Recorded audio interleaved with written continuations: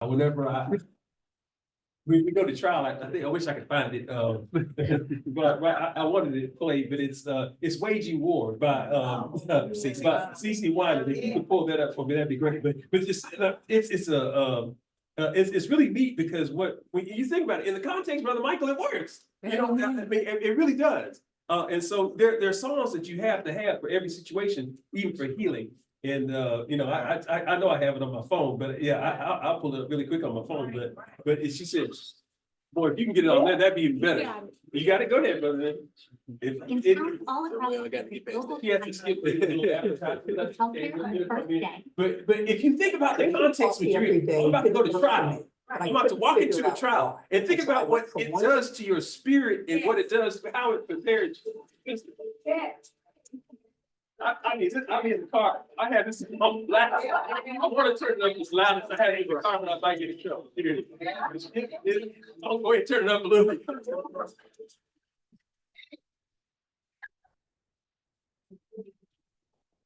Anoint my head, anoint my feet, send your angels raining down. Here on the battleground. Hallelujah. For your glory, we're taking territory, fighting unseen enemies like never before. We're waiting. We're going in the crowd. We're fighting.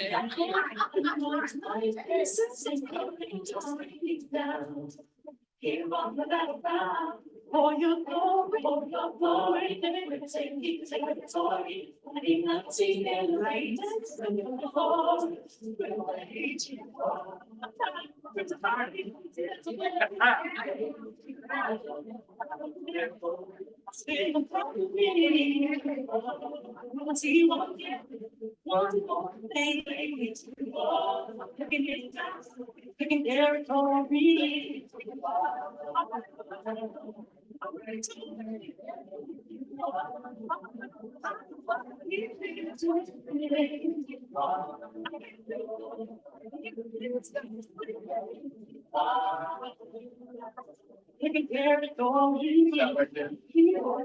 Stop. You might have your own song. That's just awesome. I mean, like I said, I try to play that song. So you can come up with that, but that helps in that context. Now, if you're going through something different, you may have another song.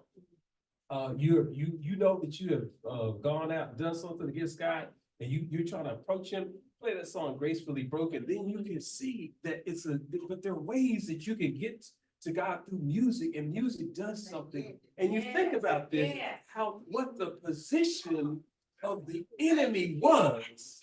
Go ahead, keep on playing. Think about what he was. He was a musician. But then David came, but what was Satan in heaven? He had those powers, he could sing. And so think about the power. Go ahead. All I have in these hands and multiply, God, all that I am, and find my heart on the altar again. Set me on fire. Set me on fire. Come on, sing. All I have in these hands and multiply, God, all that I am, and find my heart on the altar again. Set me on fire. Ask him.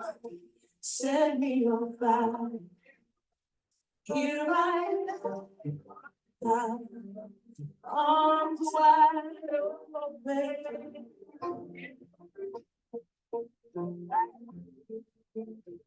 Pouring out my life, gracefully broken.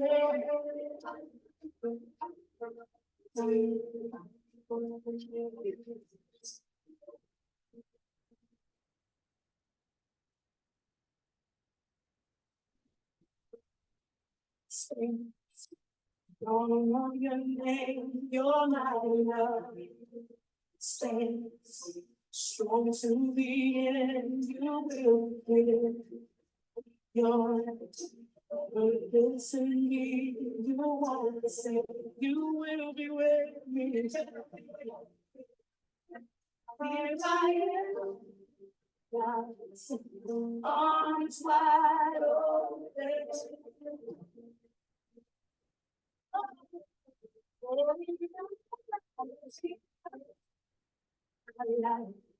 Gracefully floated.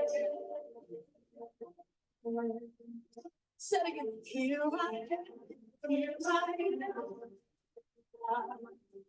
Arms wide open. Arms wide open. Glory gracefully broken. You see, there's a way that you come to God.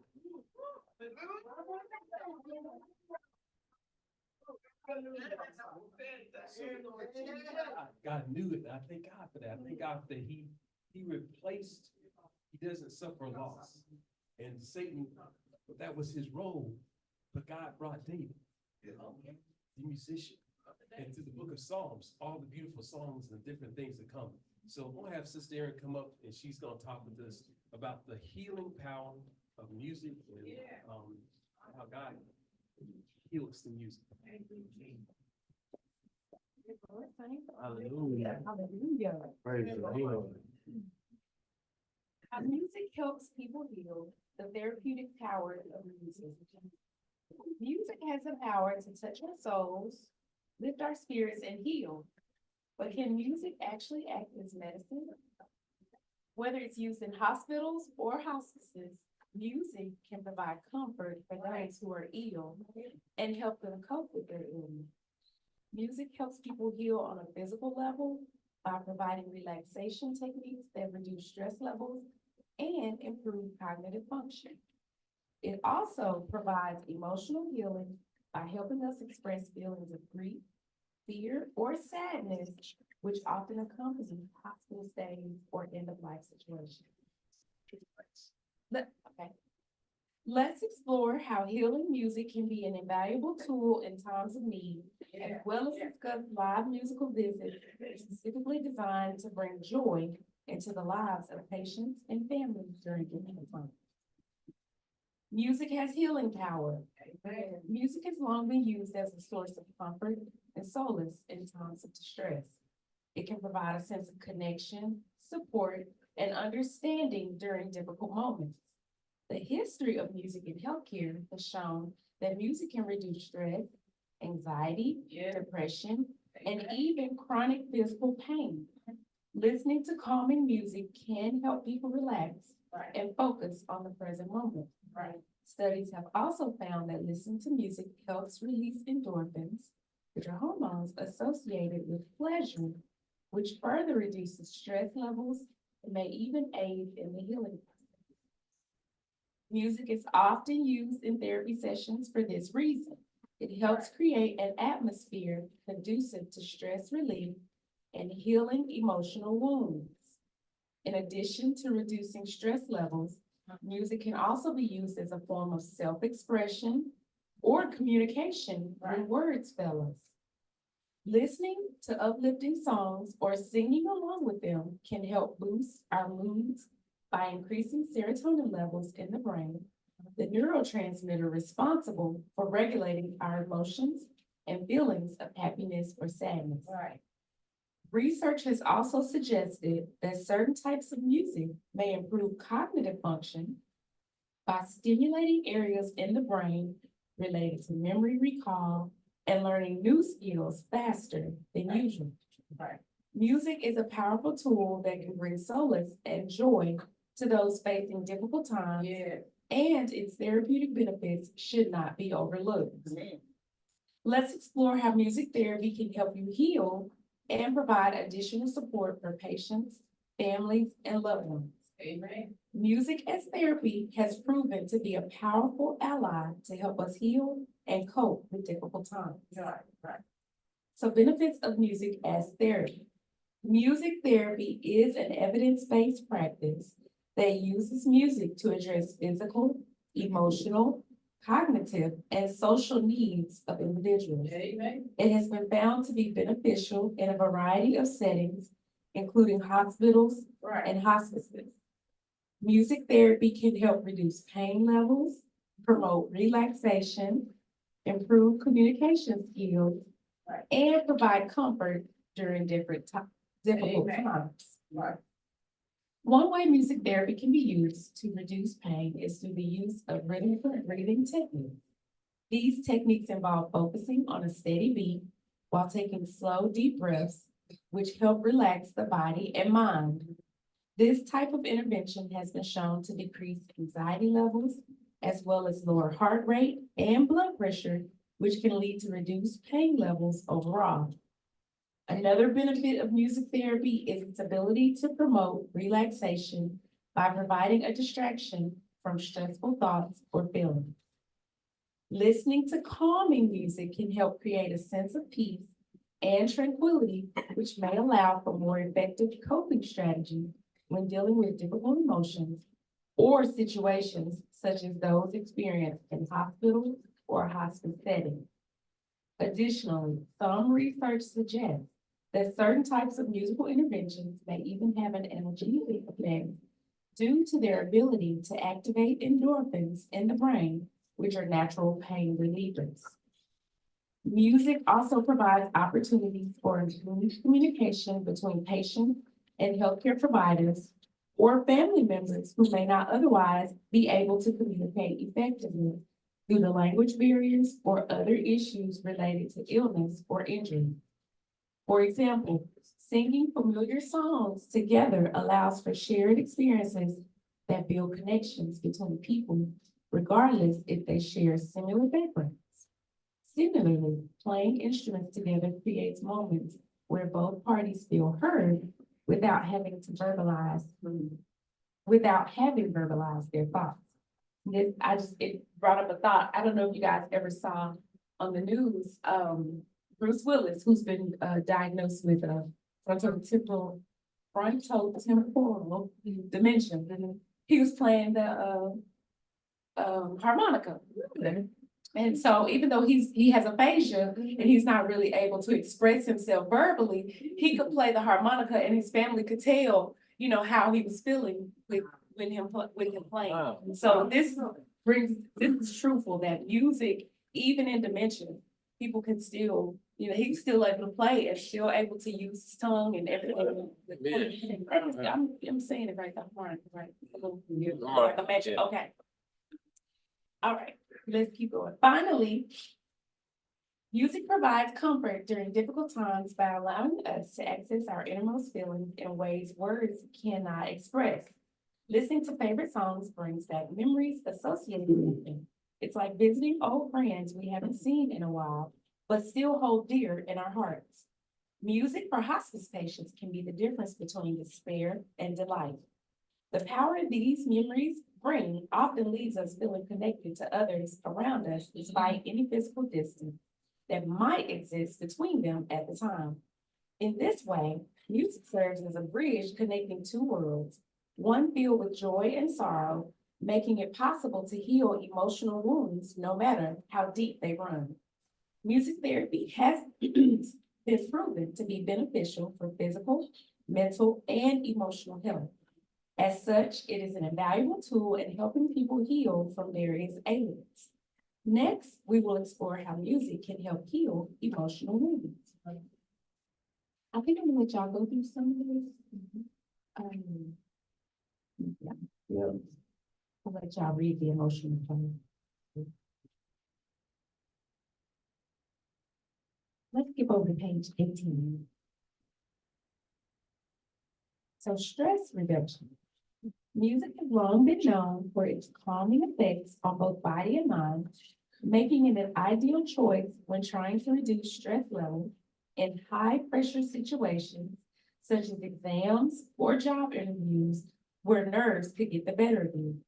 Listening to soothing sounds before taking part in these activities will not only relax your muscles, but also clear away distracting thoughts so that you can stay focused on achieving success in whatever challenge lies ahead.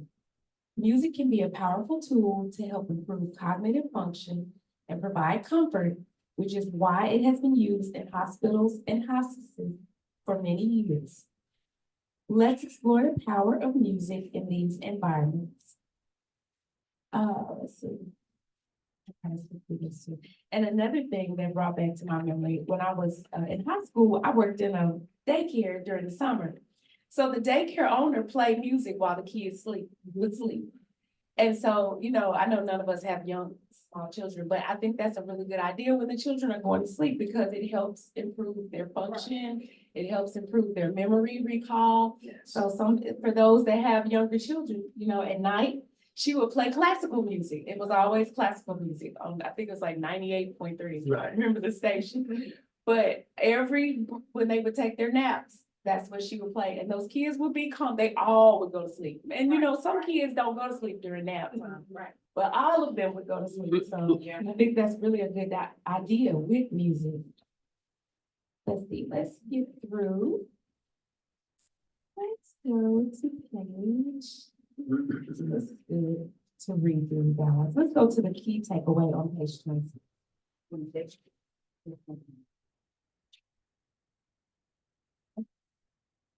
So live musical visits offer an uplifting experience that can help bring joy and comfort to those who are struggling with illness or grief. These visits provide emotional support, foster connection, encourage creativity, and promote healing, all of which can be beneficial in many ways. Conclusion: whether it's used as a form of therapy or simply enjoyed for its beauty, music helps people heal by providing emotional support and improving cognitive function. Live musical healing visits offer an opportunity for hospital and hospice patients, families, and loved ones to connect with one another through the healing power of music. Music truly does have the ability to help us all heal from physical, mental, and emotional wounds. We invite you to join us in creating moments of harmony and healing for hospital and hospice patients, family, and loved ones. Through live musical visits via Zoom, we aim to bring joy into the lives of those affected by illness or injury. Together, let's work together towards improving quality of life through the music that soothes the soul. Amen. Amen. Thank God. And so the word is so true, because God says in Psalms, we know, oh, sing unto the Lord a new song, sing unto the Lord all the earth. And so we're praising God, but we're also getting healing. I mean, there are different things that we don't realize. God is so awesome. He's so good. Like you were saying, Sister Tina, you just think he's doing one thing, but he's doing something all the while, and you don't realize what he's doing when he says sing. So I thank and praise God for that. And please, like I said, as Sis said, when you have time, just go through and read through it, and you'll see that it's got a lot of other information for you as well.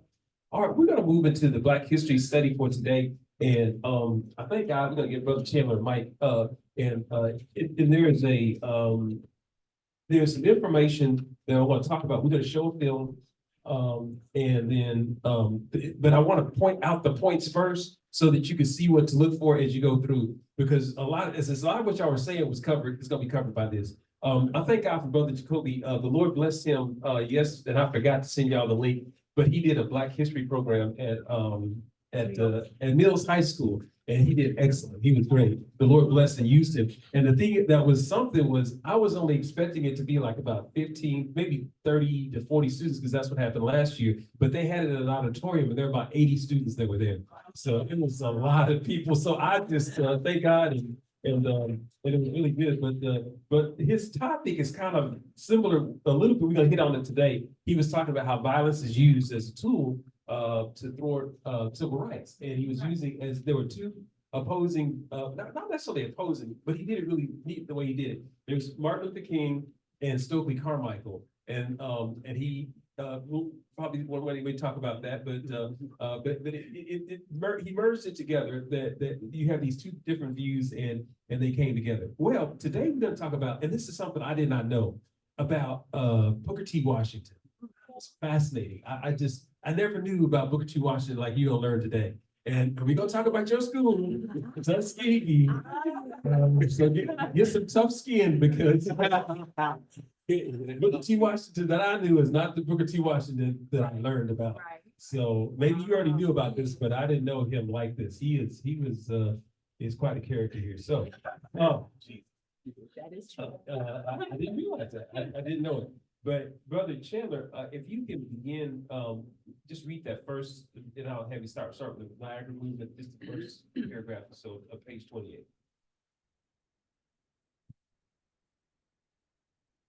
The Niagara movement, the early battle for civil rights, is a 1 hour documentary focusing on the formation and impact of the first civil rights movement of the 20th century.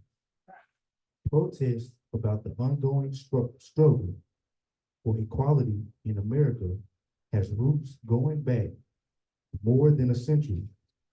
Central to the story of the Niagara movement are the roles played by two of the most dynamic Black leaders of the time, Booker T. Washington and W.E.B. Du Bois. Okay, so at the thing on Friday, Denise got up and she said, "Okay, no, we got two camps going. You know, we got the Martin Luther King camp and the Stokely Michael camp.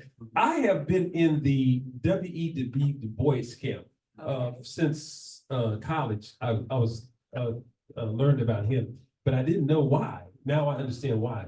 And I think most of us have as well. And you're going to see he has some really great traits and attributes that others did not have. And so I think I understand that why. So those are our two principal persons that we're going to be dealing with. But skip over and I want to, the movie's going to go, the show will go through this, but I want to kind of highlight some things. You go to page 31. Because we got to introduce you to another person you're going to see. The one that says the chapters and it goes about the viewers. We'll start with that. Viewers are introduced to Booker T. Washington, W.E.B. Du Bois, and William Monroe Trotter. William Monroe Trotter is that guy Gino that the pastor was talking about today. Okay. So you're gonna see Gino today. That's Gino. So I was like, wow. And so that's Gino. So that's who he is. But go ahead. All of whom were influential African American leaders during the early 20th century. Their contrasting responses to segregation and violence inflicted upon African Americans directly led to the formation of the Niagara movement in 1905. Even though it was short-lived, the movement had a major impact on the civil rights struggle of the 1960s, 60s, and today. And exactly, it was because of the Niagara movement that they learned the strategies that the NAACP and different ones are employing so successfully in order to be able to deal with civil rights. Go to page 32. And the portion of Booker T. Washington. This is his rise. And I didn't know this about him, but this is what happened. Go ahead. Booker T. Washington was born into slavery in Virginia, but later gained his freedom and earned a college degree. He founded the Tuskegee Institute and advocated for education as the path to liberation.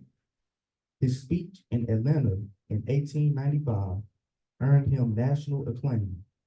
He utilized the Black press to spread his message of financial independence and survival through compromise. Now that's the problem. Yep. That was his key. That was it. It was all about compromise. That was right. And you're gonna see, and she's a graduate of Tuskegee, so I'm not trying to down your school or anything, which is not. It doesn't, not at all. But it was. I never really got that. I didn't. I understand that's what Booker T. Washington. And this is the thing, Brother Jacoby, that really hit me. Go ahead. Washington maintained this stance even after the Supreme Court upheld Plessy versus Ferguson. And it says in the film that Washington's view in his speech that he gave in Atlanta, and I didn't realize, was the basis for white people feeling justified to implement Plessy versus Ferguson. Because Plessy versus Ferguson said separate the people. Right. That was the whole doctrine that Brown versus Board of Education knocked down. Because before Brown, it basically said you can have two, you can have a white and a black. That's where the whole thing, you have colored and then black, the colored and white.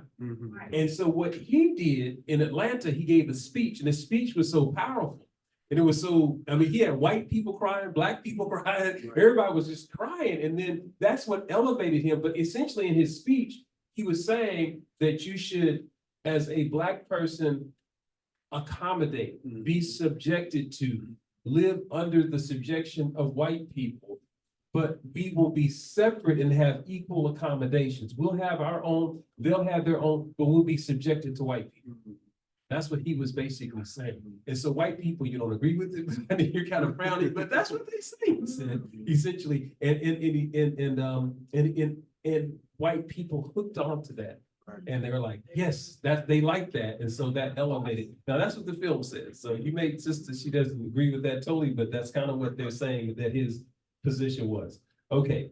W.E.B. Du Bois, he initially agreed with that. He agreed with his opinion and what he was doing, but something happened, and what happened that changed W.E. Du Bois was William Trotter. So you got to go to page 34. He's Gino, but is it Genario or whatever his name is, the pastor was talking about? Well, Gino Jennings. Gino, what's his name? Jennings, Gino Jennings. Gino Jennings. Okay, Gino Jennings. and he's Gino Jennings. You're right, yeah. Yeah. Jennings. Right. You know, the reason why he's Gino Jennings is because he did not believe that women could do anything and that they were not supposed to be a part of the movement. He believed that women's role would be led by men. Huh? Right. Trotter. This is Trotter. This is what Trotter believed. And so initially, the Niagara movement was made up of nothing but men. Even though there was a civil rights organization with 15,000 black women. But he did not want them to be a part, Sister Lois, of the movement. But W.E.B. Du Bois did, but Trotter didn't. And he was adamant about it, Brother Mike. He was just like, you know how people, and that's why when Pastor was talking, he reminded me of Gino. That guy, it's like, women's, like, they're like, that's crazy. Women, without women, and that's what the film points out, without women, I mean, none of the movements could even have gone forward. I mean, you can't do anything without, but he had that mindset. But he was a genius. He did a lot of things that were, like Pastor was saying, the Gino guy seems like he's got a really big stage or whatever. So God may have placed him there for a reason, but again, for a season. So go ahead, brother, read that on page 34. William Monroe Trotter was an accomplished young man and, like Du Bois, studied at Harvard. Both Trotter and Du Bois joined the Afro-American Council, but felt it was not radical enough under Washington's influence. In 1901, Trotter co-founded the Guardian newspaper, which gained wide circulation. At this time, Booker T. Washington controlled most black newspapers, but Trotter chose to use his paper to openly criticize Washington and his policy. And that's something I didn't know. I didn't know how powerful Booker T. Washington was. He was so powerful that he controlled the media, the black media. And so, like, if he wanted, he was like and I know, I'm not saying this in a bad way, but he was like a strong man. I mean, this guy, he was like, look, if you said something, he could ruin you. I mean, like, you could lose your job, you could lose everything if you cross Booker T. Washington in the wrong kind of way. And that's how much power he had. And so it was, I didn't realize that about Booker T. Washington, And that didn't diminish or take away any of the things he accomplished because he was a slave. Right. Went from slavery to establish Tuskegee Institute. Right. So I'm not saying anything negative about it in that regards, but it's just like, it's interesting to see, Sister April, the two different theories that people had. And had God not allowed certain things to happen, where would we as a people be? Right. We would still be accommodating, thinking that Booker T. Washington's way was the right way. But God had a way. And I thank God for God's way. Okay. And then, brother, go ahead, read on page 35. Booker T. Washington did not tolerate criticism and unsuccessfully sued Trotter's newspaper. That's right. Washington gave a speech in Boston. Trotter and his followers disrupted the event. In the chaos that ensued, Trotter was arrested and spent time in jail. This outraged Du Bois, and he publicly separated himself from Washington at last. The incident in Boston not only led to an alliance between Du Bois and Trotter, but was also the catalyst for the Niagara movement. And the thing that got Booker T. Washington, that got W. Du Bois out of Booker T. Washington's camp was Booker T. Washington caused Mr. Trotter to go to jail. Right. He was the one that was responsible for him serving a month in jail, and that, Brother Scott, that did it. It was like, he made him, that's how powerful Booker T. Washington was. I mean, and what he allowed to do. So out of that grew the Niagara movement, and we'll move on, so, because I want y'all to see, and we're not gonna, the film is about 50 minutes, 55, we're not gonna play it all, but that's why I want you to kind of hit the highlights here. 36, brother, about Barbara Pope. Who was the first person to sit down on a bus and refuse to give up her seat? Who do we say? Rosa Parks. It wasn't Rosa. I know it Parks, wasn't, though. but that's what It wasn't. he said. Who do we say? What Rosa Parks? Oh, No, He said- but again, that doesn't take a thing away from Rosa Parks. Right, I know our exactly. pastor did Because it she as started well. the movement. It doesn't take a thing away from the pastor. Right. But have you ever heard of Barbara Pope? Yeah. You are going to today. Go ahead, brother. 36. W.E.B. Du Bois advocated for the inclusion of women at the movement's second meeting in 1906. Trotter objected, but was outvoted. And got outvoted.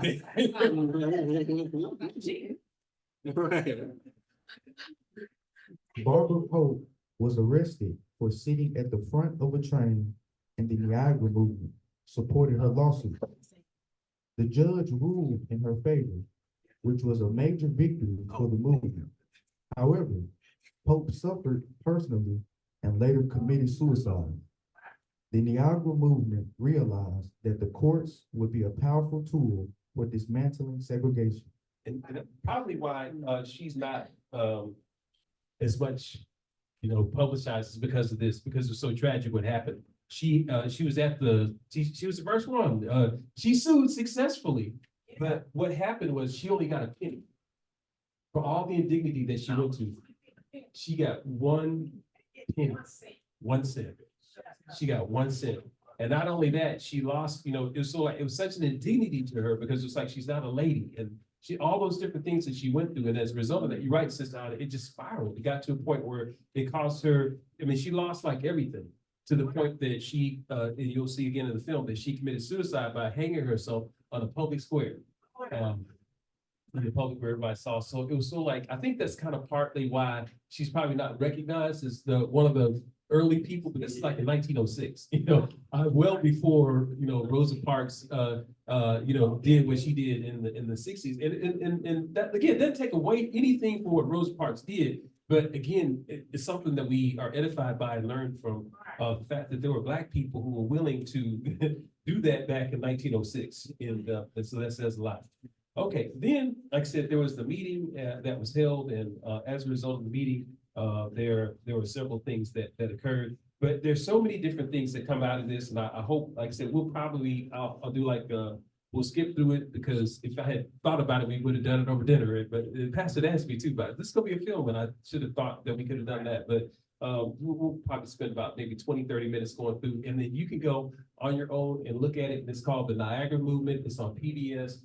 Watch the whole documentary. It is worth it. You may have already seen it. Some of you have probably already seen it, but those who haven't, there's a lot of information that I just pulled out and picked up. I want to say one other thing too about what thing that's not in here is about another impetus, and I hope we'll get to play this.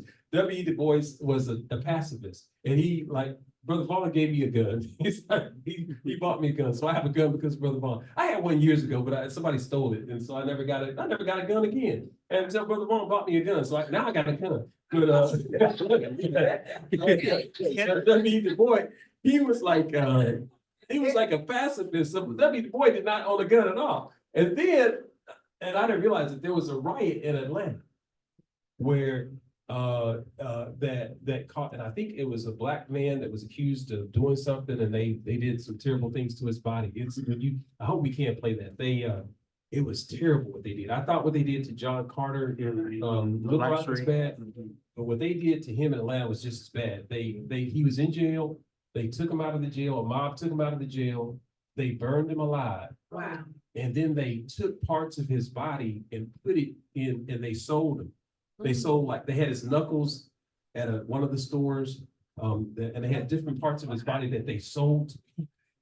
That's how terrible. And so at that point, that really turned and changed, and it made made that accommodation theory that that Booker T. Washington was talking about. So the accommodation ain't gonna work. We can't do that. You can't accommodate, racists. You can't accommodate people who are gonna use violence. At some level, you got to do something more. And so that kind of led to that. But I hope we can play it. As I said, W. Du Bois said he went out and bought a gun. And he said, and that was his first time. You remember that in the film? And he said that if one of those white or whatever had come up to the campus, he was gonna fill the campus. Whatever he said, he was gonna kill him. Yeah. So essentially, hopefully you'll hear what he said. So it just lets you see that that we have been victims of violence. And I'll say this, and we'll play the film. That there is no mistake that history repeats itself. So that's what we're learning. So Yes. what they're doing now is they're trying to, you see this with this DD devil that's about to be the Republican nominee again. What he's doing is he's pushing people to the point where the level of violence is something that people are gonna think is okay. And so he's already getting people prepped and ready. The January 6th was just the first run, and so they're getting them ready. It's like, hey, if we lose, it's gonna be war. We're gonna fight. And so they're doing it that way, but they're also doing it through the voting. Through the whole thing of making it more difficult to vote and making it harder, just different things. And these rules about people being able to carry their guns into the polling places and just insane things. It's all designed to stop you from voting. Those are different things. And then there are other things. And I thank God, and I'm definitely gonna take my seat. One thing the Lord showed us through what happened on Friday. There are ways, God has a way that you can't go over. God has a way. You can't go under. He has a way. You got to come in through the door. So they had this Learns Act that they passed, and they said you're not supposed to teach Black history and stuff like that. Do you know what was happening on Friday at Mills High School, Mills University Studies in Little Rock, Arkansas? There was some Black history going on. So that devil that's our governor, that's a liar to the pit of her soul, she's implementing different things to try to stop. But I saw 3 strong Black men that were teachers, and it did my spirit so good. And these 3 strong Black men that were teachers were the ones that were responsible for us being there. And so they were making sure that we could push and keep and go on. So we do have hope that things can keep going forward. So that gives you a little bit of time, brother, to kind of pull that up and then share. We're gonna share the screen and share we learned to share sound too. So we're gonna give you a chance to share the sound and share the screen. And then, like I said, we'll play parts of it, and then parts of it we'll skip and get to so that you can watch on your own and just be encouraged to. And I will say this one other thing while Jacoby's pulling this up. Pastor mentioned it. I think one day, it was last week or one time, I forgot, or maybe anyway, in the last 7 days, about what's happening with Alexei Navalny in Russia, and how Putin had killed him. And to me, I've been telling Brother Jacoby, I've been talking about this. It takes courage to go back to a place where you're going to get died. Yes. It takes courage because he knew he was going to die. He knew Putin was going to kill him. Putin is a coward. That's all he is. Just like our enemy is a coward. The devil is a coward. He uses different things, but like there are different things he could use. Like the pastor said earlier, he knows the sin that does so easily beset us. Like he knows the different things he's got different things on Trump and these Republicans and different people in power. So he knows enough to be able to pull their strings so they'll do things totally against what their nature is. And so we have to have the courage to be able to see beyond that and go into a place, because I was telling Brother Jacoby, I believe that Alexei Navalny was more free than anybody, because he had the courage to say, I'm going back. He could have stayed in Germany. He could stay anywhere. He could stay here in America and did what he did. But he said, no, I refuse to let this small man, rule me. I'm gonna go back to Russia, even if it means being in prison, and even if it means I'm gonna die in prison.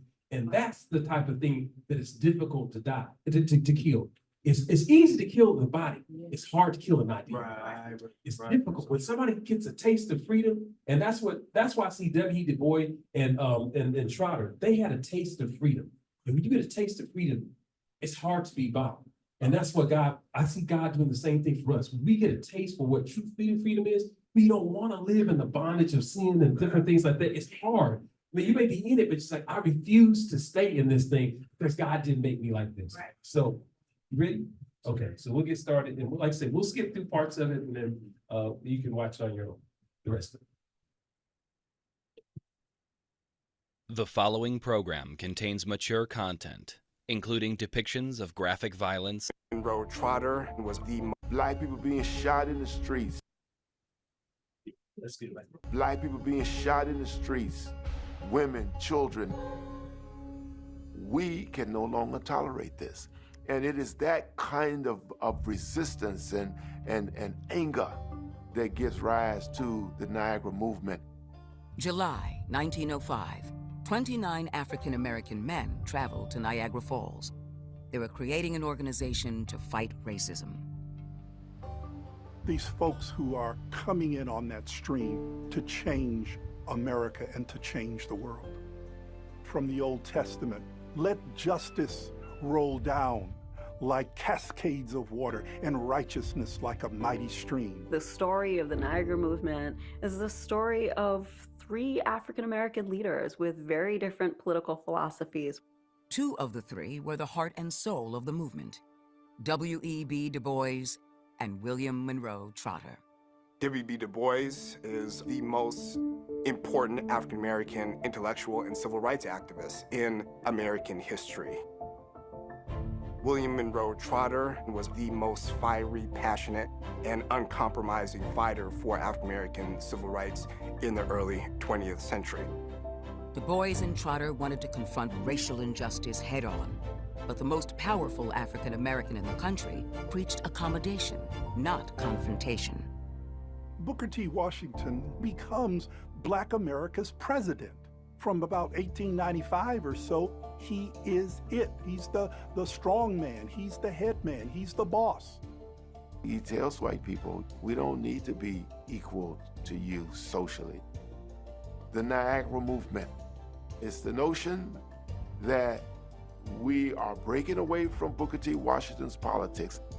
You cannot talk about the struggle for civil rights in American history without acknowledging the Niagara movement. Even though it lasted only a few short years, it left an incredibly powerful legacy and an imprint on the way that we think about the civil rights struggle today. So what's at stake is, what kind of country is the United States going to be? Is it going to be a democracy? Or is it going to be a country in which the newly emancipated black people are still going to be second-class citizens and slaves?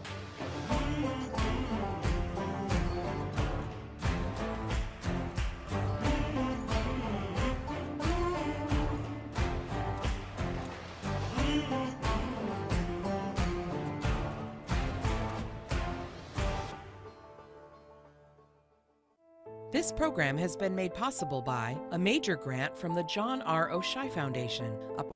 Vast sums of wealth never seen before. African Americans are cast back into a state of near slavery-like conditions through racial violence. The idea of American progress itself was not seen by the overwhelming majority of African Americans. In the Reconstruction era after the Civil War, many African Americans in the South had voted, and many were elected to political office. But in the 1870s and 1880s, whites pushed through a rash of sweeping oppressive laws. The Jim Crow era had begun. Blacks lose the right to vote. Segregation goes from just being a custom to being the law. The Jim Crow system told them where they could go to the washroom and where they could not go. They told them where they could sit, where they could travel, and so on and so forth. So it was a kind of real personal domination that was full of humiliation. And the linchpin of the terror to keep black people in place was lynching.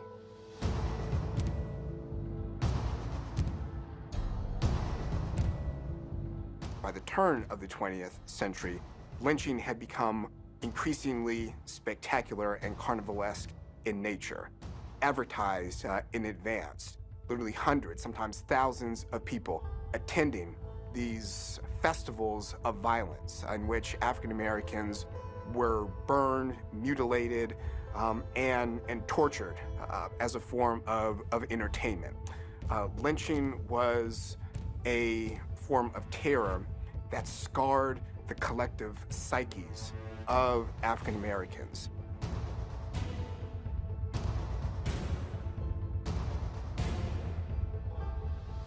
In this time of repression, humiliation, and terror, the Niagara movement dared to demand nothing less than full equality.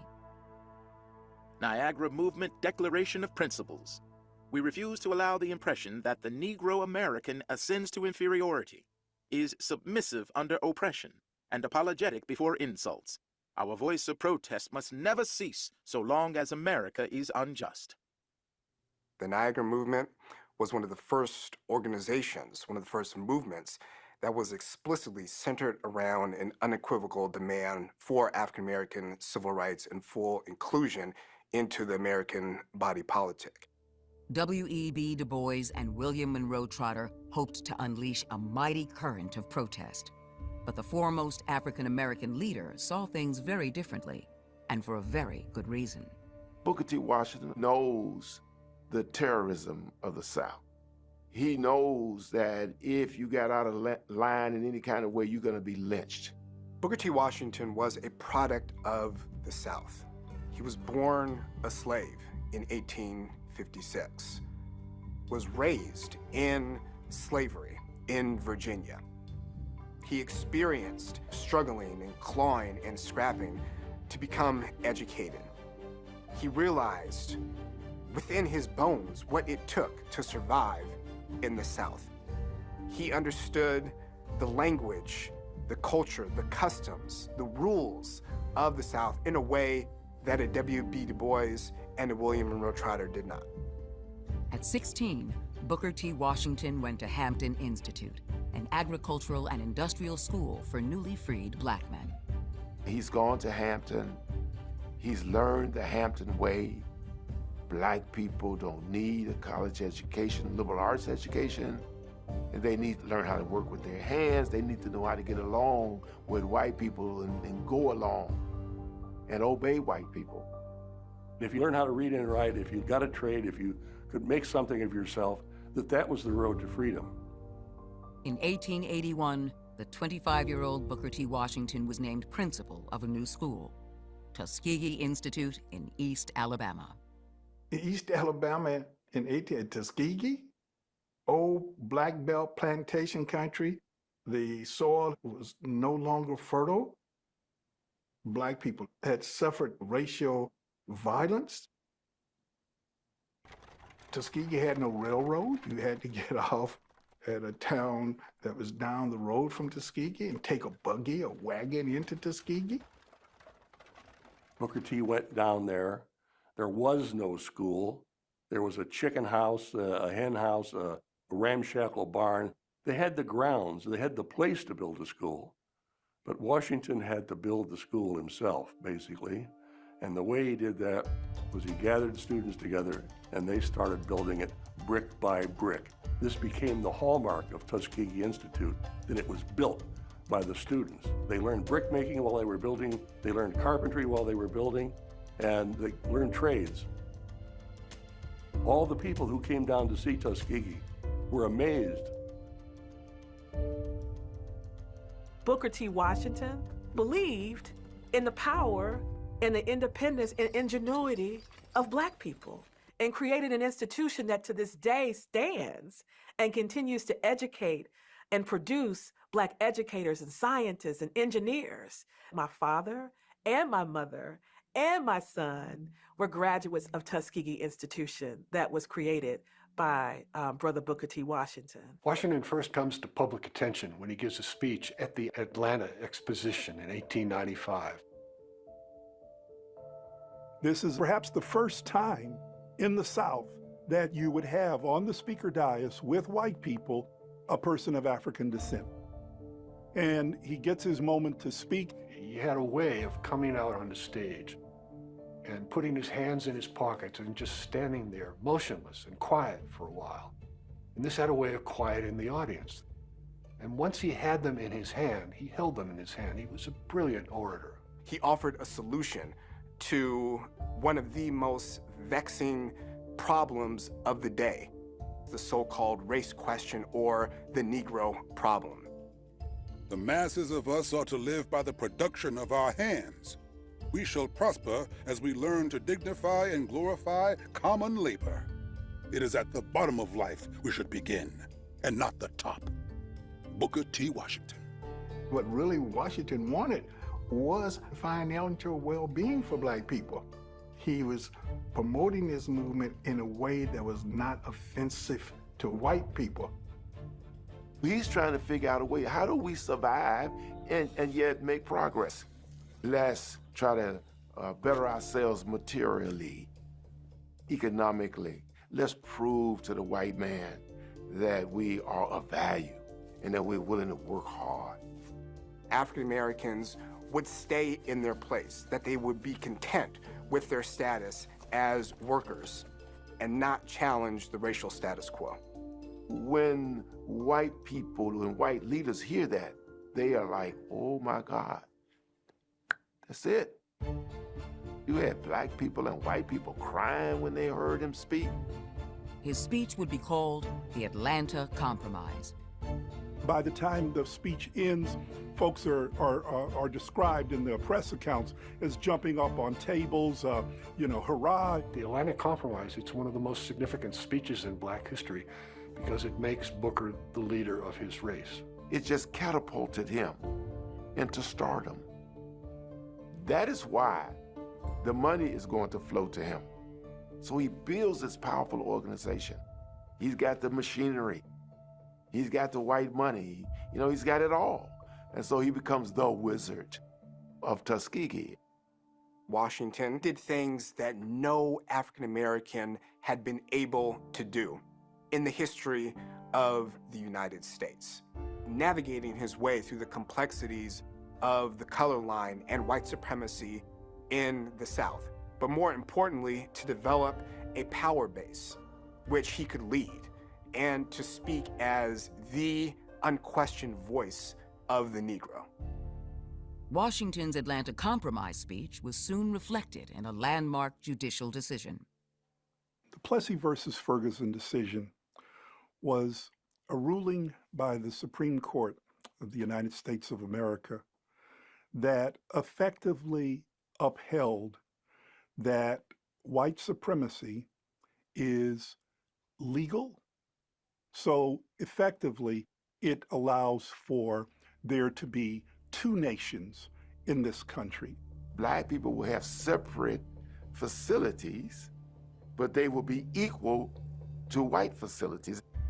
But of course, there was never going to be any possibility that black facilities, schools, and so on, were going to be separate but equal.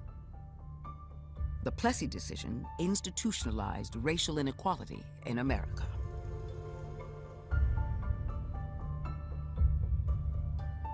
Booker T. Washington accepted that inequality, a stance that would eventually trigger the birth of the Niagara movement.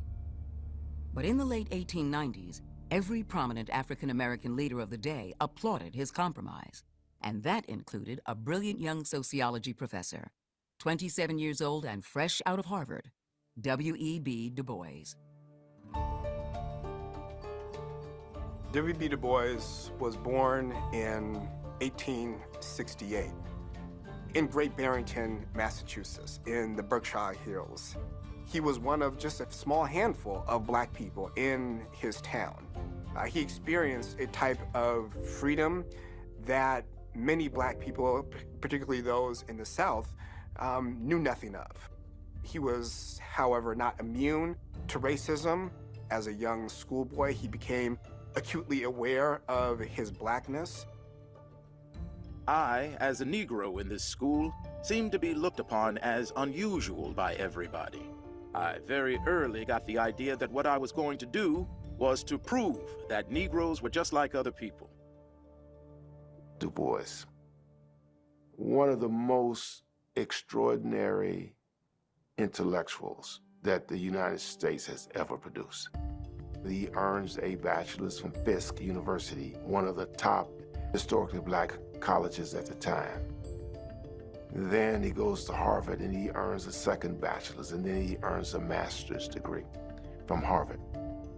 In 1895, he became the first African American to earn a PhD from Harvard University. The difference between Booker T. Washington and W.B. Du Bois is the difference between day and night. Booker T. Washington was a political boss. Du Bois is an intellectual, an academic intellectual, a man of passion, a man of poetry, a man of literature. In the late 1890s, he pretty much endorses Washington's program and at times blames black people for their predicament. The American Negro must become self-supporting, a source of strength and power, instead of a menace and a burden to the nation. W.E.B. Du Bois. But in April 1899, a horrific event in Georgia changed everything for W.E.B. Du Bois. A black man named Sam Hose was accused of killing his employer. He was in jail, waiting execution, and a mob just came along, stole him from the jail. Sam Hose was lynched. They tortured him. They burned him alive. They took pieces of his body and displayed them in stores for sale as souvenirs. W.B. Du Bois heard about this lynching. He heard that the charred knuckles of Sam Hose were on display in a grocery store window. Du Bois says that he was stopped dead in his tracks. As he recalled later, a red ray struck him, and he realized that one could not be a cool, calm, detached scientist while African Americans, while Negroes were being burned, starved, and mutilated.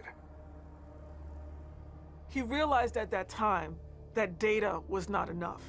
Sociology was not enough.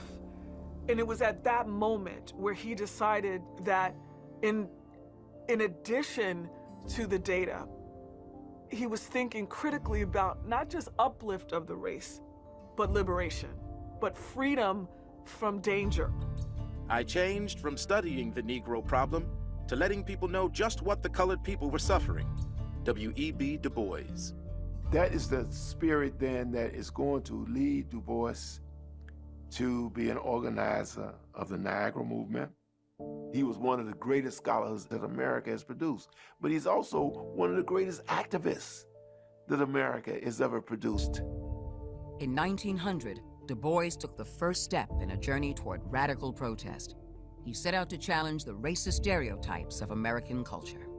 We see in exhibitions this pervasive cultural imagery that continually portrays African Americans as uncivilized, as backwards, as savages.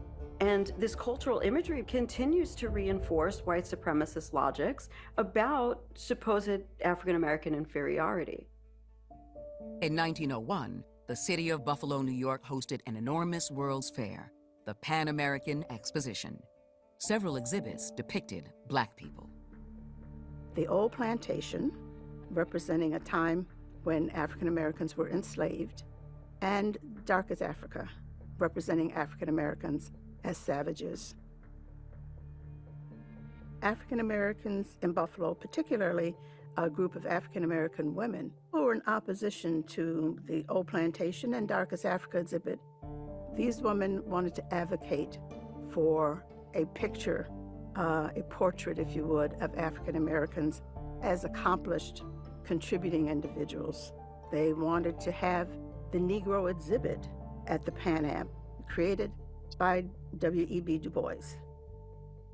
Du Bois put together a remarkable series of displays photographs refuting racist caricatures of Black people as savages, as animalistic-like creatures, instead showing Black people fully dressed in Victorian-era clothing, looking dignified and respectable. He also put together an incredible series of graphs and charts filled with striking, colorful images, which demonstrated the ways in which African Americans had achieved unprecedented levels of education, wealth, other forms of progress since emancipation. This was part of Du Bois's approach to confronting the characteristics of African Americans as somehow uncivilized, as somehow unworthy of civil rights. Du Bois had now begun to question Booker T. Washington's policy of accommodation. You must understand the tremendous power of Booker T. Washington. For W.B. Du Bois to come out against the politics of Booker T. Washington was not something for the faint-hearted. The careful Du Bois had no intention of alienating the most powerful Black person in America. But one young newspaper editor in Boston had no such qualms.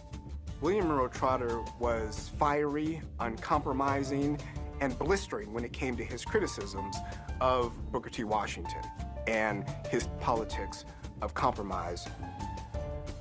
William Monroe Trotter grew up with all the benefits of sort of an upper middle class life. As a boy, Monroe Trotter was self-contained and self-motivated. He was headed somewhere, it was obvious. At his school, his Hyde Park High School, he's the only Black guy. He's the president of the class.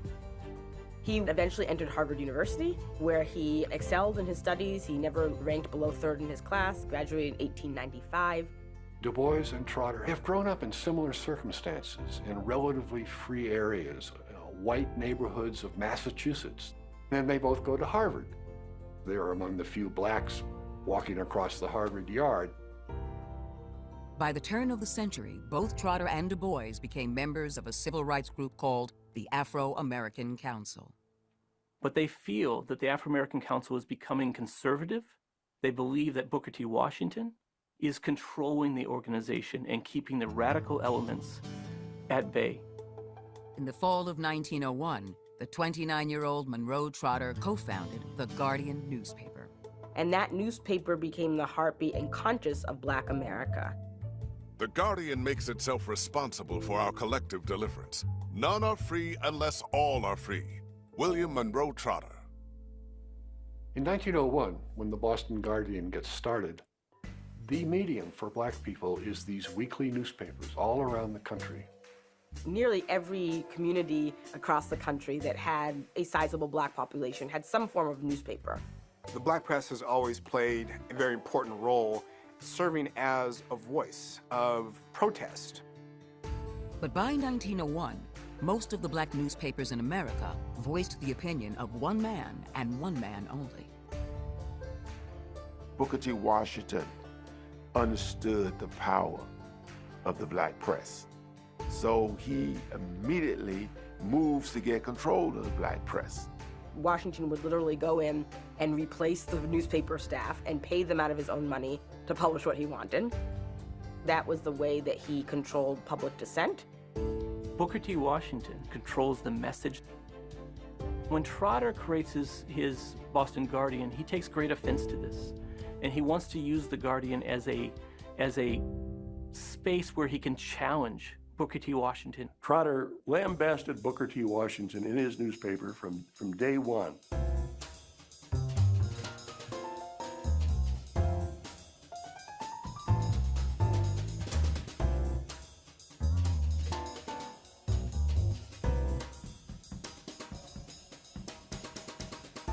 Trotter's paper called Washington the Benedict Arnold of the Negro race, the great traitor, the great divider, the miserable toady, the imperial Caesar.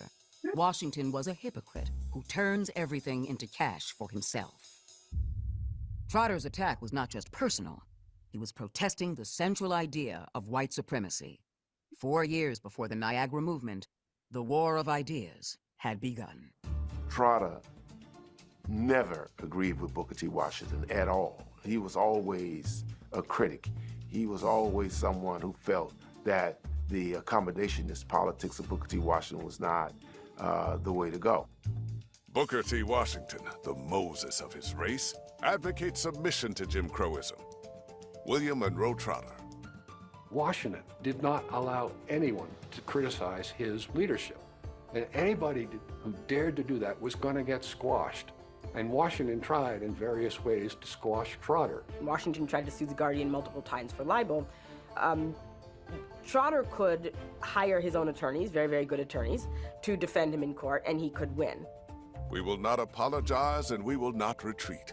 We will be satisfied with nothing less than our full citizenship rights. William Monroe Trotter. The questions we're asking should not be what is wrong with Black people, Trotter would say. What it should be is what's wrong with the systems that have created the conditions in which Black people live. In the summer of 1903, Trotter went from bristling newspaper editorials to direct confrontation. Booker T. Washington comes to the city of Boston. When Washington shows up for his meeting at the Columbus Avenue AME Church, Trotter shows up with his supporters. And they begin to shout down Booker T. Washington. Trotter's supporters throw cayenne pepper on the dais. People start sneezing, coughing. William Monroe Trotter stood on the pews shouting at Booker T. Washington. The church is exploding into arguments. Jeers, hisses, yelling back and forth. Fistfights broke out. It becomes a melee. The cops arrive. William Monroe Trotter's sister in the bedlam even stabs a police officer with a hairpin. She is taken away. William Monroe Trotter is ultimately arrested, sentenced to 30 days in jail, and the Boston riot really symbolizes the vociferous opposition to Booker T. Washington that existed certainly in Boston, but was beginning to spread throughout the country as well. You will be glad to know that Trotter was taken out of the church in handcuffs, yelling like a baby. They are to be tried in court tomorrow. Booker T. Washington.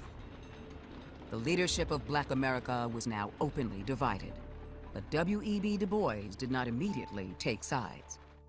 While I condemn the disturbance in Boston, I nevertheless admire Mr. Trotter as a man and agree with him in his main contentions. W.E.B. Du Bois. Then Washington made a critical mistake. He got Trotter sent to jail. And that's really the last straw for Du Bois. Du Bois had to make a choice after that. He could no longer straddle the fence. When Trotter went to jail, my indignation overflowed. I did not always agree with Trotter, then or later. But he was an honest, brilliant man, and to treat as a crime that which was at worst mistaken judgment was an outrage. W.E.B. Du Bois. In this moment, it was kind of very clear to Du Bois that there was going to be no working with Washington. Earlier that year, Du Bois had announced his public break from Washington in his landmark book, The Souls of Black Folk. Mr. Washington distinctly asks that Black people give up three things. First, political power. Second, insistence on civil rights. Third, higher education. But the way for a people to gain their reasonable rights is not by voluntarily throwing them away. W.E.B. Du Bois.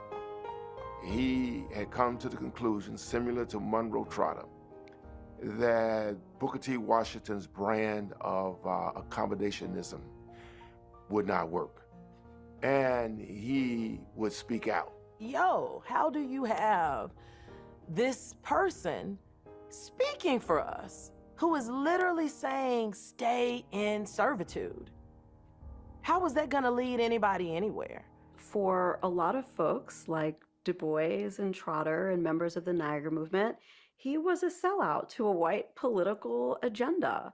But in some ways, we miss the nuance. I think of this story when we only focus on those elements of Washington's legacy. This is somebody who provided hope and affirmation, especially to folks in the South. But Trotter and Du Bois could not accept Washington's accommodation. They became allies to confront injustice rather than find a way to live with it.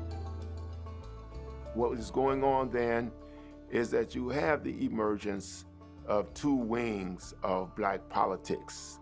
They decide the moment has come that we are going to have to organize a different kind of approach, the protest approach, the militant approach. That moment, that flash in Boston, actually creates the spark that will lead to the creation of the Niagara movement.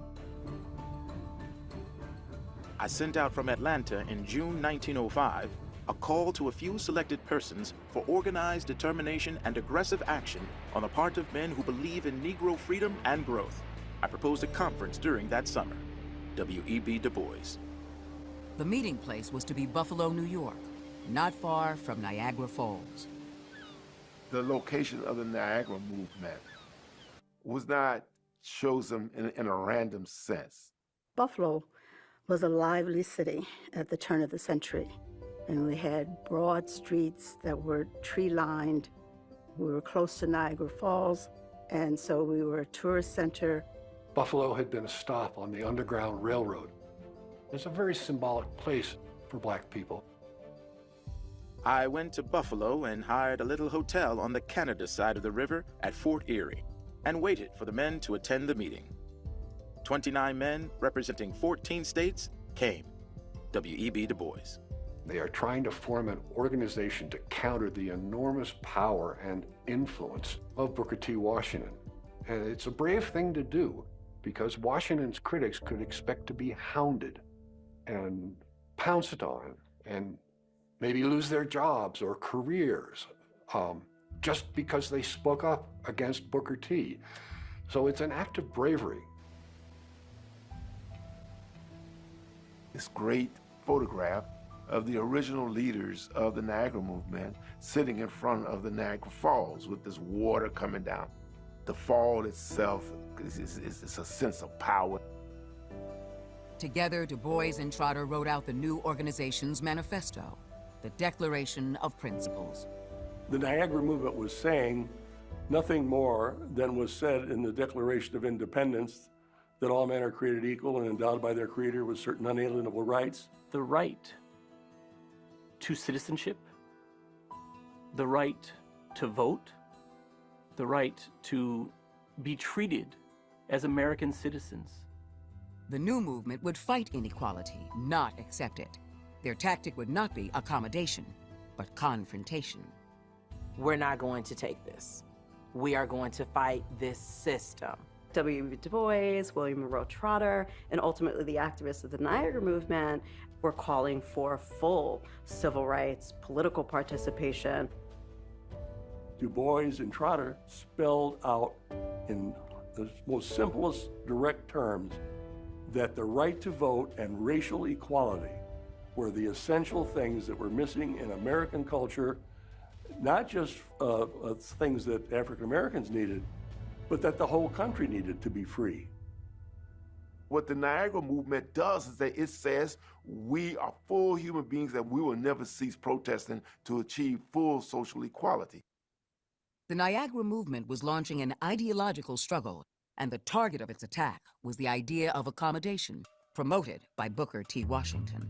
Washington did not tolerate rivals. Washington did not hide his efforts nor his desires to stop and end the Niagara movement. He sent spies to infiltrate the organization.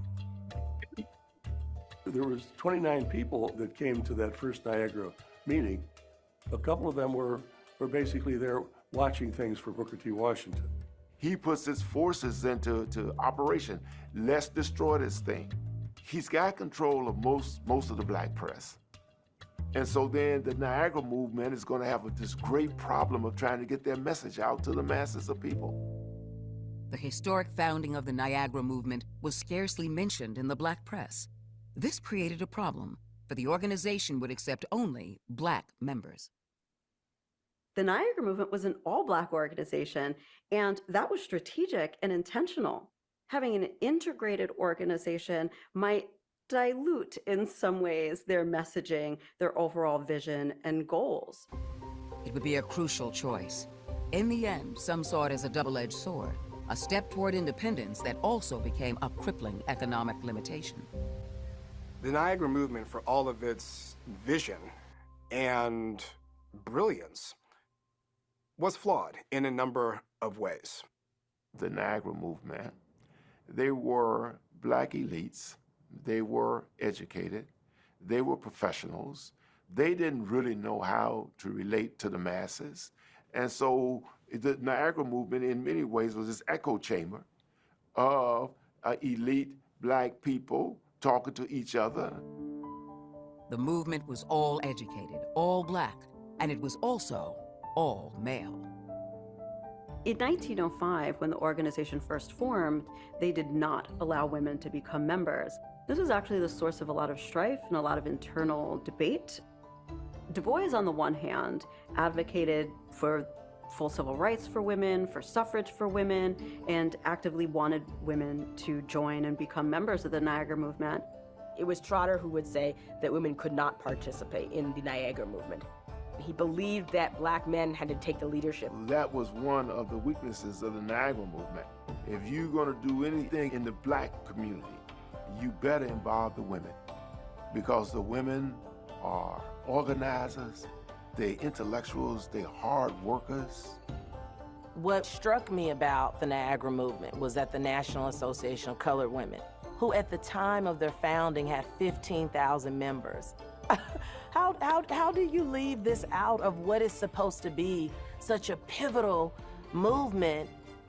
In its first year, the movement grew.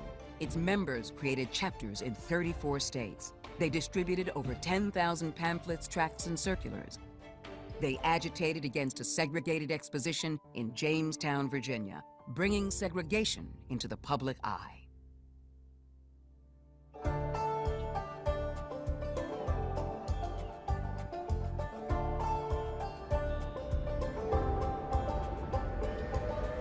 In August 1906, the Niagara movement held a second annual meeting at Harper's Ferry, West Virginia. The outlook for vigorous growth and work is excellent, Du Bois claimed. He pushed the movement to add female members. There's a radical shift, and the majority of the membership is calling for the inclusion of women in the movement. Unfortunately, Trotter was not, and kind of bitterly, even to the end of those debates, was still digging his heels in that women did not belong in this movement. Women follow, never lead in civilization. Man is responsible for her elevation or degradation in every sense. William Monroe Trotter. Trotter was very, very vocal about this, but this was not a battle that Trotter won, and in 1906, women were allowed to become formal members. That same year, the movement made a fateful decision. It would support a lawsuit involving a woman named Barbara Pope.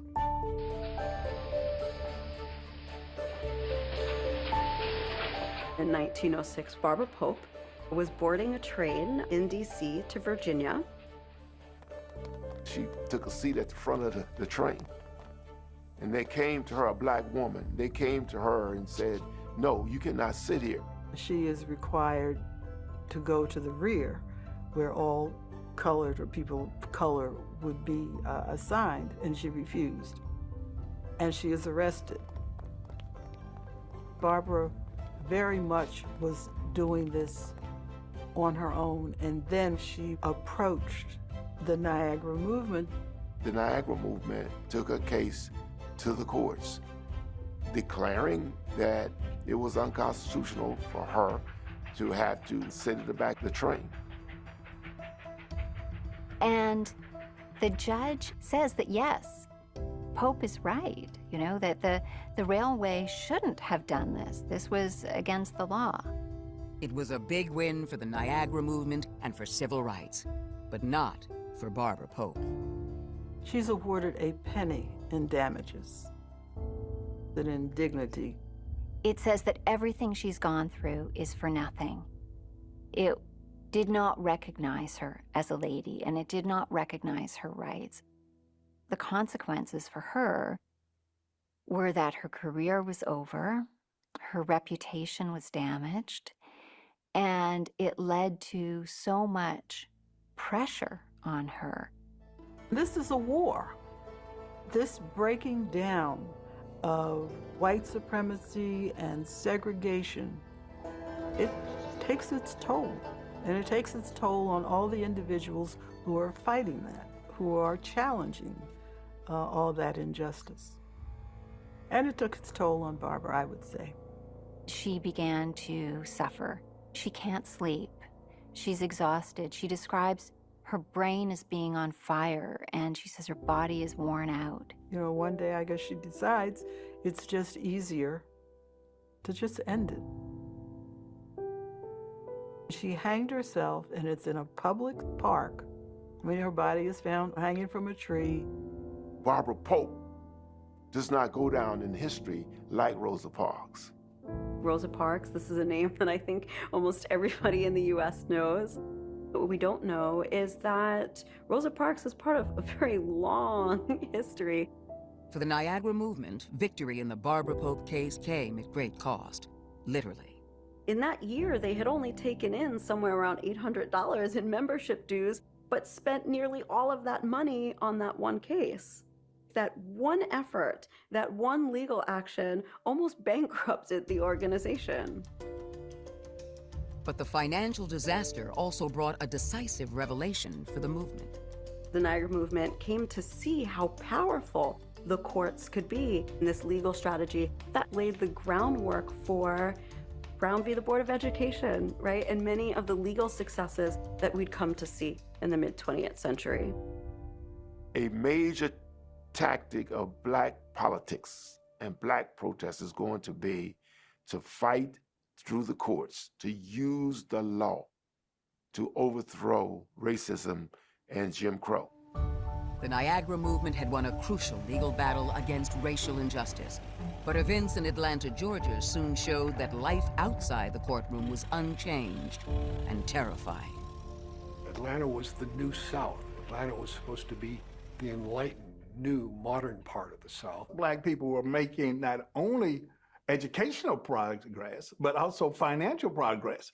I mean, people had these big, beautiful, stately houses in Auburn and other areas of Atlanta. But on the night of September 22nd, 1906, racial violence broke out in Atlanta. Rumors were spread that African Americans had assaulted a number of white women. A major riot broke out. It turned out to be very bad. A number of people were killed, lots of houses were burned.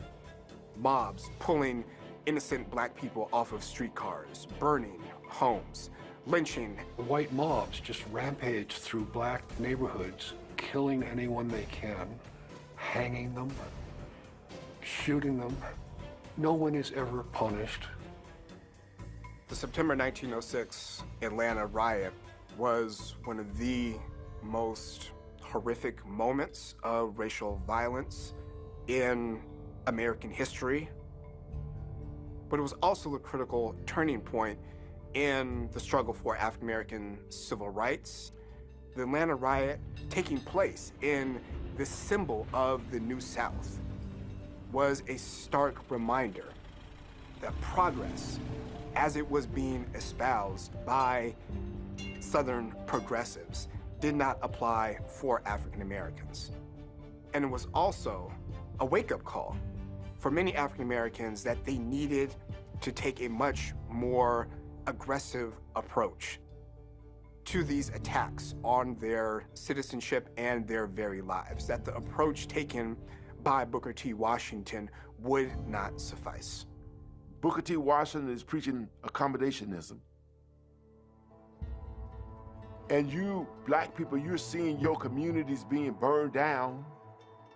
You're seeing your people hanging from limbs of trees. Then you've got to try to figure out, you got to say, our very survival is at stake. Either we submit and return to slavery, or we find out some kind of way to fight this. W.E.B. Du Bois lived in Atlanta, and the riot was a wake-up call. So what does he do? The first thing he does is he goes and he buys himself a shotgun. Pretty much all of Du Bois's life, he's pretty much a pacifist. I have never killed a bird nor shot a rabbit. I could never conceive myself killing a human being. But I bought a Winchester double-barreled shotgun and 24 rounds of shells filled with buckshot. If a white mob had stepped on the campus where I lived, I would, without hesitation, have sprayed their guts over the grass. W.E.B. Du Bois. The Atlanta riot further confirmed for Du Bois that fighting for African-American civil rights was absolutely necessary, that there could be no compromise with white supremacists and with white terrorists. Atlanta shaped his consciousness, his sense of commitment, which he channeled into the Niagara movement. In the summer of 1907, he delivered an address to the movement's annual meeting in Boston. He spoke to the movement's largest crowd ever. We are not discouraged. Help us, brothers, for the victory which lingers must and shall prevail. W.E.B. Du Bois. There's a huge protest meeting at Faneuil Hall. Hundreds of people are on hand. But the meeting would be the Niagara movement's last hurrah. The group was suffering from a shortage of money, a narrow membership, and a bitter personal conflict. William Monroe Trotter was a brilliant man and a brilliant activist and strategist. But William Monroe Trotter was also a bull in a china shop. He was a person that ruffled other people's feathers.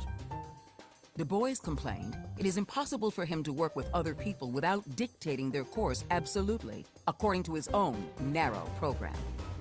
He had to insist on his own way. He could not compromise. He saw compromise as weakness and just would not do it.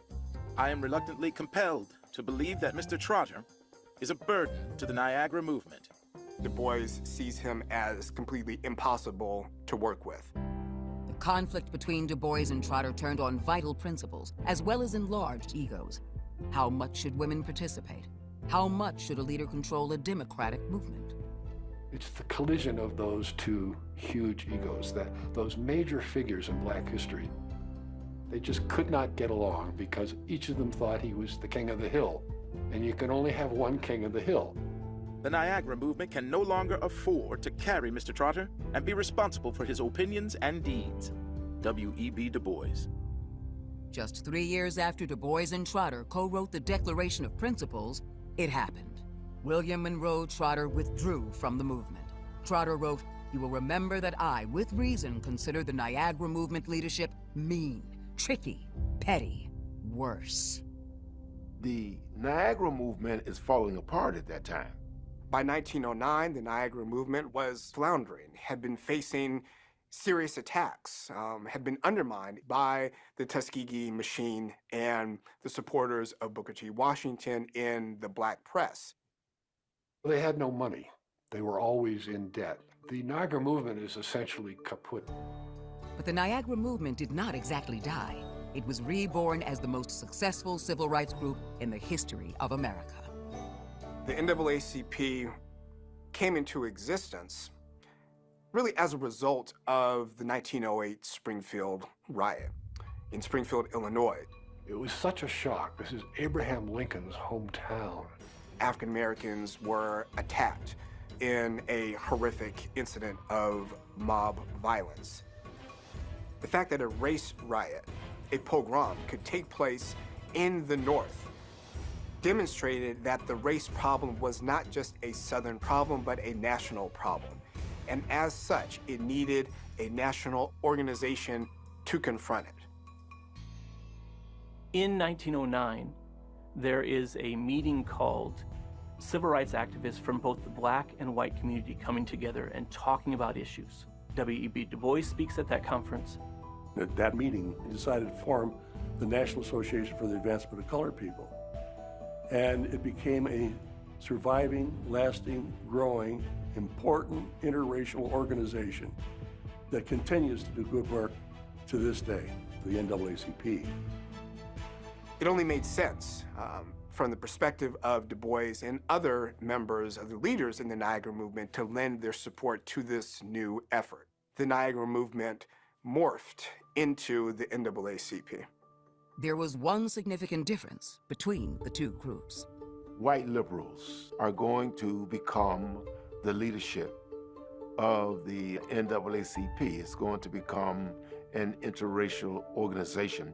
I do believe that we must work with white people. We must work with members of all communities. But the truth is they have to be allies and true allies. You cannot understand the NAACP without understanding the Niagara movement. The strategy that the NAACP that they're going to use came right up out of the Niagara movement. That is the legacy of the Niagara movement. Therein gives it its historical significance. Du Bois, throughout his entire life, was committed to exploring the meaning of democracy. The Niagara movement was the first time in his life where he was able to put his words, to put theory into practice, to create a movement specifically focused on the achievement of full democracy for African American citizens.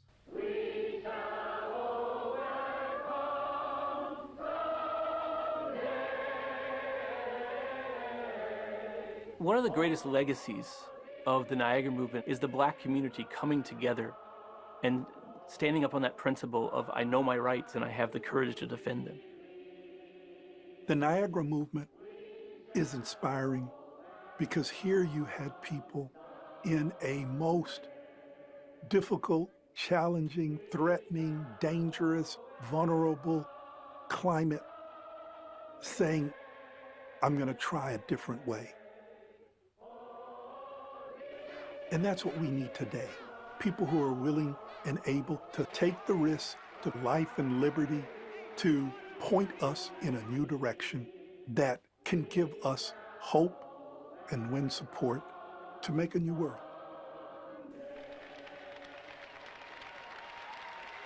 The Niagara movement was like a shooting star in many ways. It burst onto the scene. It challenged Booker T. Washington and the powerful Tuskegee machine. It fought against incredibly powerful headwinds and left an incredibly important legacy.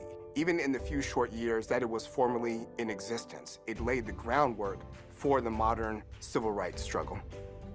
We see ourselves as a continuation of the Niagara movement. The threat of white supremacy is very real in the same way that it was real during the Niagara movement time. The same type of voter suppression methods that they were fighting with directly with Jim Crow, we're still fighting those today. We do fight for America to live up to its ideals in the same way that the Niagara movement, and we demand more.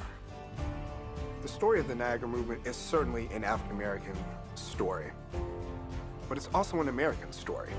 It's a story that is one of America struggling to become what it has always aspired to be, of making America true to its democratic promises for all of its citizens. Our enemies, triumphant for the present, are fighting the stars in their courses. Justice and humanity must prevail. We shall win. Courage, brothers. All across the skies sit signs of promise. The morning breaks over blood-stained hills. We must not falter. Above are the everlasting stars. W.E.B. Du Bois.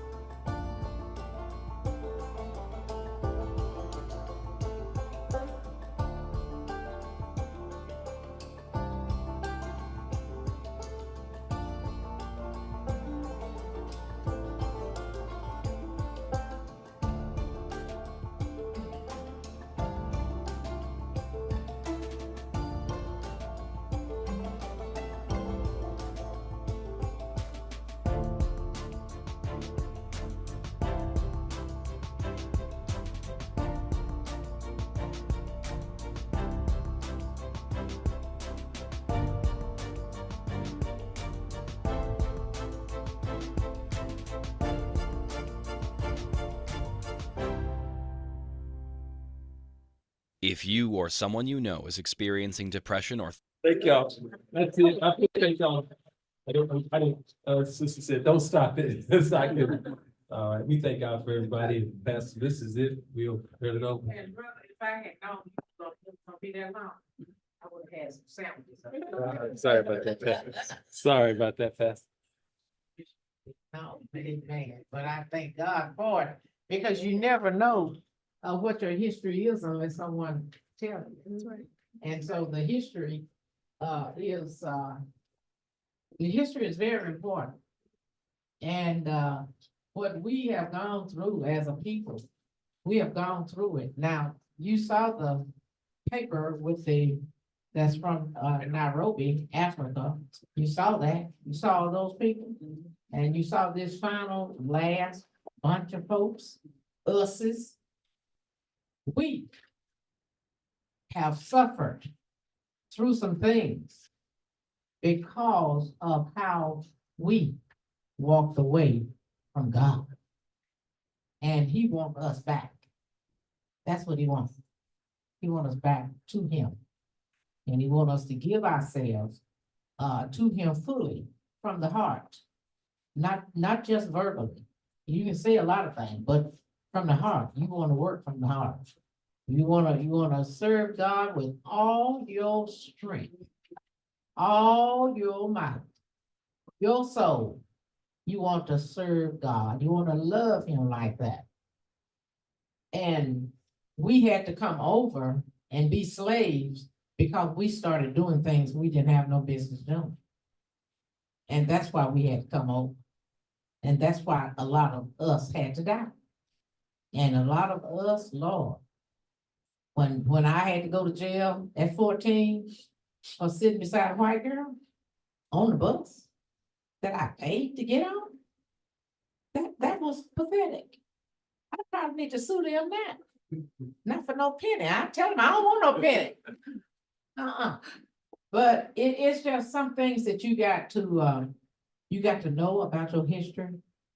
And most of it has to do, especially ours, most of it has to do with us falling away from God and doing other things.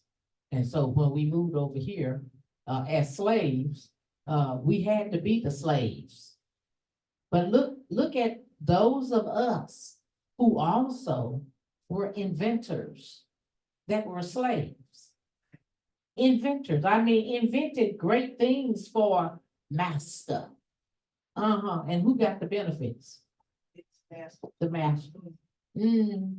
Got the benefits. You just think about and I just learned this the other day and I told y'all about it, the young black man that invented the doorknob. We use that every day. We use it going to the restroom, use it going to out the house, in the house, use it. Well, he invented that, a young black man. And who knows what our young people would wind up inventing. Because God put those gifts in them. They are gifted. I hate a lot of the other stuff that I saw because they should have worked together. When you work together, things happen. Powerful things happen. It's when you don't work together. And so Du Bois and Washington, they should have just been working together. And he should have been, they should have been helping one another make the right decisions. Make the right decision for the people of God. Because that's who we were when we came over. Most of us that came over. And here's what I learned. A lot of us that came over, our parents were not your typical everyday people. They were kings and queens when they bought us over as slaves. They bought us over as slaves and they started stuff that they didn't have no business starting and started doing things they didn't have no business doing. But they were kings and queens. Can you picture your daddy been a king? Your great-great-great-great-grandfather, Sister Lloyd, been a king? And your mama was a queen? Can you picture that? That is what came over here. It wasn't your typical everyday whole joke. It wasn't that. It was wealthy people that knew exactly what they had. But I thank God for the encyclopedias that I have read and for the books that I have read that showed me the things we have gone through. And it's time for us to just start picking up and reading. I know we got other books that we can read, but it's good to read the encyclopedias too on Black folk. See what all happened. Cause see, Brother Parker said he didn't know Washington. He did that all that. He didn't know this, that, and that. So he had to learn it. Now he learned more about it. So I thank God for the more that we've learned. And thank you, Brother Proctor, for the for doing that and for the song, because it's so important. And if you'll notice, when things start to happening to you, the Lord will give you a song. Do y'all remember the one he gave to our sister Eloise? She was on the airplane. She had done some things wrong. And the Lord asked her, you want to ride this cloud? You got to give life. And what Brother Malcolm do with that? Brother Malcolm took it. That Lord took it and I mean, he sang that song. And the brothers got together because y'all was going to different places. Singing that song. And other people have experienced God giving you songs. And those songs were for a reason. And the reason why he give us songs with harmony is because you remember that faster than you do just reading the words. If you read the word and there a song came up and what have you, all of a sudden you'll remember that. You'll be saying, oh, how excellent is his name. Oh, how excellent. I mean, you'll be singing that, but it's the word of God. So I thank God for it because it's so true. Brother Scott will turn the radio on in a New York minute in the kitchen, and he have it rolling. I mean, he have it rolling. He in there just singing, and I come in and I go, what's going on in here? He's singing, the music just rolling, and then I start to rolling. So I thank God for the music. Go ahead, Sister Lloyd. I just thank God for everything. I thank God for this. It's good. Amen. It just reminds me of my dad. He was born in 1906. See? And you asked him, you know, he come there. That's why I talk flat. Because I said, I'm going to stop me. If I want to talk flat, I'm going to talk flat. But Dad said, I was born in 1906. He said, you don't say it. 1906. He said 1906. Okay. And I had his great grandfather on a plantation. He wanted to top me, and he rode a mule. Wow. And we got pictures of those of them. Wow. History of our family. Trace our history down. Yeah. And he wrote a book on his plantation, and they was selling slaves, and they was gonna sell him. He cut one of his fingers off. So they were selling him off their plantation. Wow. Because he was one of the top men. He rode a mule. He had a head on his head. Right. He got pictures of stuff. Get out our ancestors, and we got pictures. He gave all of picture about ancestors from down. We might need to have a copy of that. Yeah, from his great grandfather. For the Black History Room down there. Right. That not this area, on down. But anyway, yeah, that's good news. Yeah, and ain't no telling what else, we could come up with, 1906, 1905 and all that going back. Because they went through a lot. And we've been through a lot too. And we still going through a lot because we see a lot of our young Black boys dying, young girls, now they being raped and killed and all that kind of stuff. And it's pathetic what we have to go through. But we got to get back in the hands of God and stay there.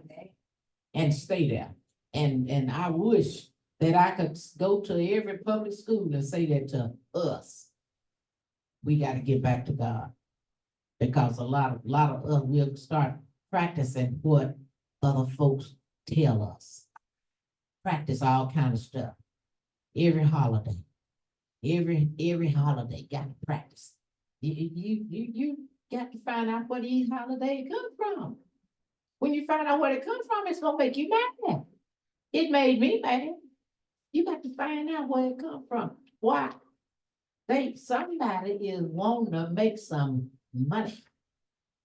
That green thing is a mean thing. We need it, but and when you get a chance, read Psalms 8 and wake up looking at it. Go to bed looking at it. How excellent is your name in all the earth. I truly thank God for the name of Jesus. So I want you to grab your neighbor by the hands and tell your neighbor these words. The neighbor, today was a good day. And I thank God for this day. Neighbor, we have blessings coming. So let's get ready. Because we're gonna be blessed. In Jesus' name. Amen. So I didn't tear down your book of